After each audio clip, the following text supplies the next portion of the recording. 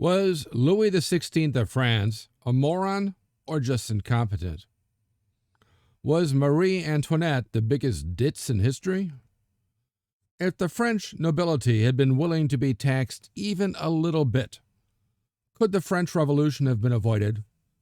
These and other questions will be answered right after this.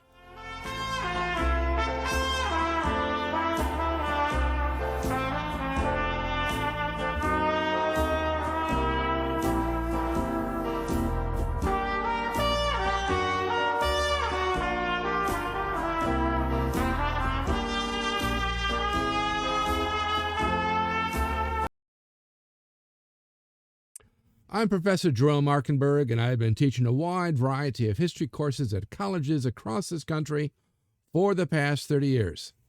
In this video, I'm going to tell you about the problem of Ancien Regime France, failed efforts to reform France's finances, how greed and intransigence led to revolution, and how the fall of the Bastille began the French Revolution. At the end, I'll have the wrap-up quote on this video. But first, make sure to click like, share, especially subscribe, and that little bell thingy, so I can continue to bring you more great videos just like this one.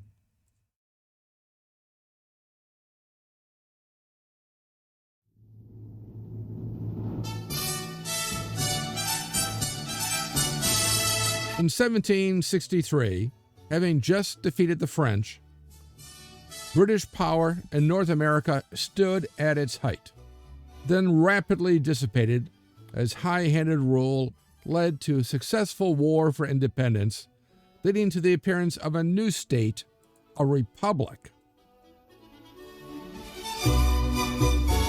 This new republic soon inspired liberals across Europe.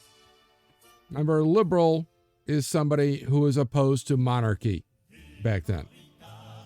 Anyway, liberals across Europe who saw in America the example of a liberal state which worked, implicitly showing that divine right monarchy was not the only workable government.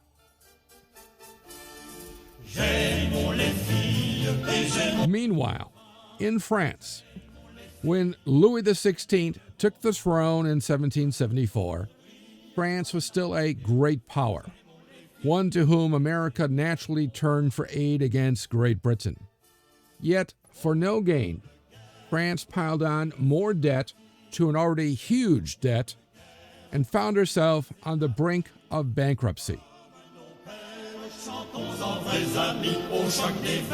The main problem was that France's entire socio-political structure stood betwixt taxing the church and nobility to avoid bankruptcy.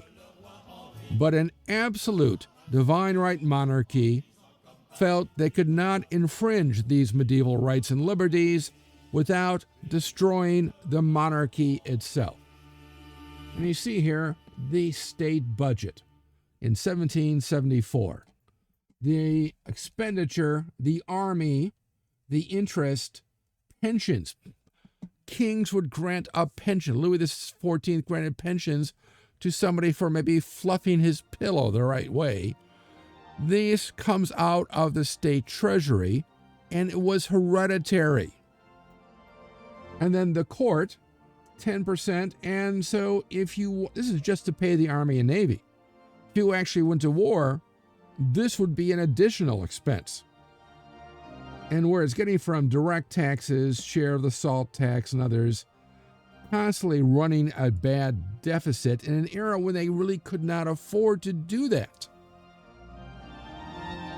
All questions of reform focused on the nobility's legal privileges, because in France, unlike, say, England, the nobles were an immensely large and diverse body of some 2 million men, women, and children, all of whom were judged by different rules and laws and customs than the rest of the country.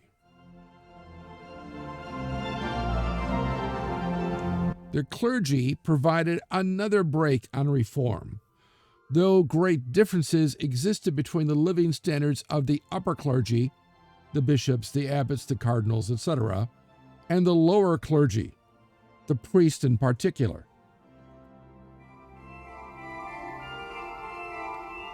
For the peasants and artisans, taxes and rents rose to 70% of their income.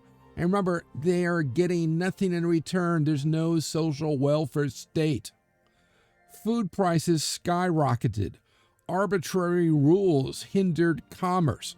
And we complain today in the United States about our arbitrary rules, but compared to the French before the Revolution, we are smooth sailing.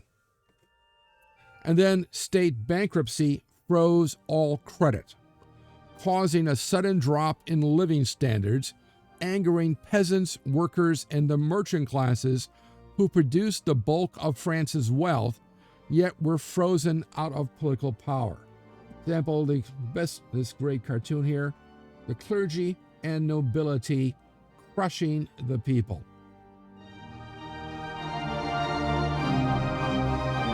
To fix finances, Louis XVI looked to Henri Robert Turgot, born 1727, died 1781, still before the Revolution, as the Minister of Finance in 1774. For Turgot was sacked in 1778 because he attempted to deregulate the price of grain, which led to bread riots, to abolish medieval guild rules, to restore local government, which is bad for a divine right absolutist area, abolish all feudal rights, which ticked off the nobility to no end, and introduce a general property tax, which would fall primarily on the nobility and the church, and they were not willing to compromise even one tiny iota. The Swiss banker Jacques Necker lived from 1732 to 1780 to 1804, though that's when he was in office. Took Turgot's place in 1778, covering the deficit through massive borrowing, mostly from him. But when he published France's miserable financial state in the Compte Rendu, he angered Queen Marie Antoinette, and he was let go in 1783.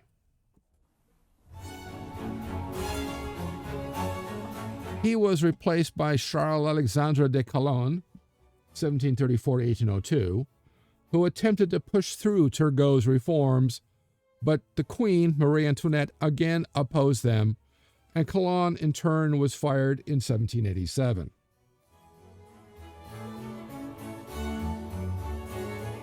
Bishop Loménie de Brienne, 1727-1794, continued to push for Turgot's program, but was blocked by the Parlement of Paris, which wanted the king to convene the Estates General to effect tax reforms.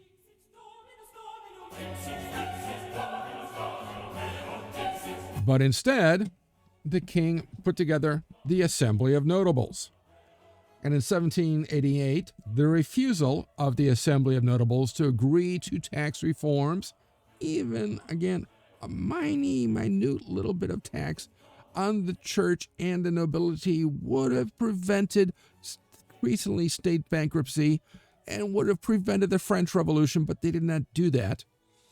But then, followed by a series of bad harvest and bread riots, finally forced the king to recall Jacques Necker and to convene the Estates General. In some ways, this was a problem because the Estates General had not met since 1614. Indeed, few people in France actually knew how it worked. No Estates General for Dummies had ever been written. But it was hoped that it would have sufficient moral authority to reform the government and squeeze taxes out of both church and nobility. And the church was the first estate, nobility the second estate. And so it convened at Versailles on May 5th, 1789. The merchant middle classes, the third estate, which also included all the peasants, by the way, immediately demanded that voting in the estates be by head, not estate. Because otherwise, the whole point was, before the States General, each estate got one vote. So the third estate is always going to be outvoted by the nobility and church because they've got 2-1.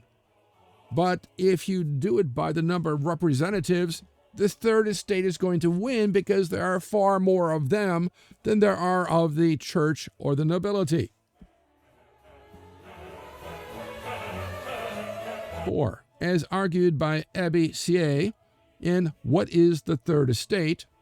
If voting were by one vote for each representative, again, the third estate could always outvote the other two no matter what, assuming that they retain solidarity. And then when the third estate refused to budge, the king threatened to dissolve the estates. At this point, the third estate, locked out of the assembly hall, adjourned to Versailles indoor tennis court, and there, in an episode known as the Tennis Court Oath, on June 17th, 1789, took an oath not to be bullied into disbanding until a constitution had been devised yielding only to the force of the bayonet, quote unquote. This was true defiance against the king. The king responded to the Third Estate's brazen act of defiance by concentrating troops around Paris, which prompted the mob of Paris on July 14th to storm the political prison of the Bastille, set free its few prisoners, and massacre the garrison.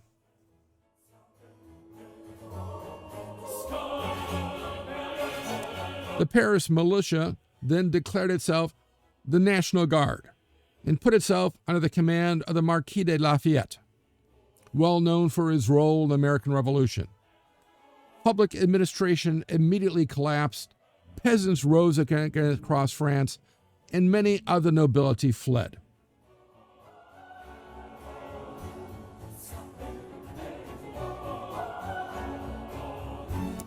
The wrap-up quote. The king, Louis XVI, had not a wish but for the good of the nation, and for that object no personal sacrifice would ever have cost him a moment's regret. But his mind was weakness itself, his constitution timid, his judgment null, and without sufficient firmness even to stand by the faith of his word. His queen, too, that's Marie Antoinette, haughty and bearing no contradiction, had an absolute ascendancy over him, and around her were rallied the king's brother d'Artois, the court generally, and the aristocratic part of his ministers, particularly Bretuil, Broglio, Vauguyon, Foulon, and Luzerne, men whose principles of government were those of the age of Louis XIV. Against this host the good counsels of Necker, Montmorency, and Saint-Priest, although in unison with the wishes of the king himself, were of little avail. The resolutions of the morning formed under their advice would be reversed in the evening by the influence of the queen and court. Thomas Jefferson, 1787.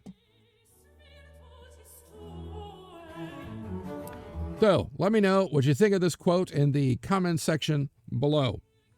Also, what you liked about this video and what other historical topics or subjects you'd like to see in future videos.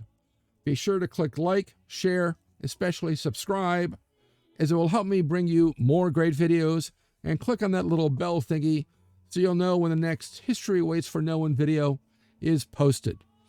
If you want to know more, there are recommended studies on this topic in the description below, along with other ways to connect with me.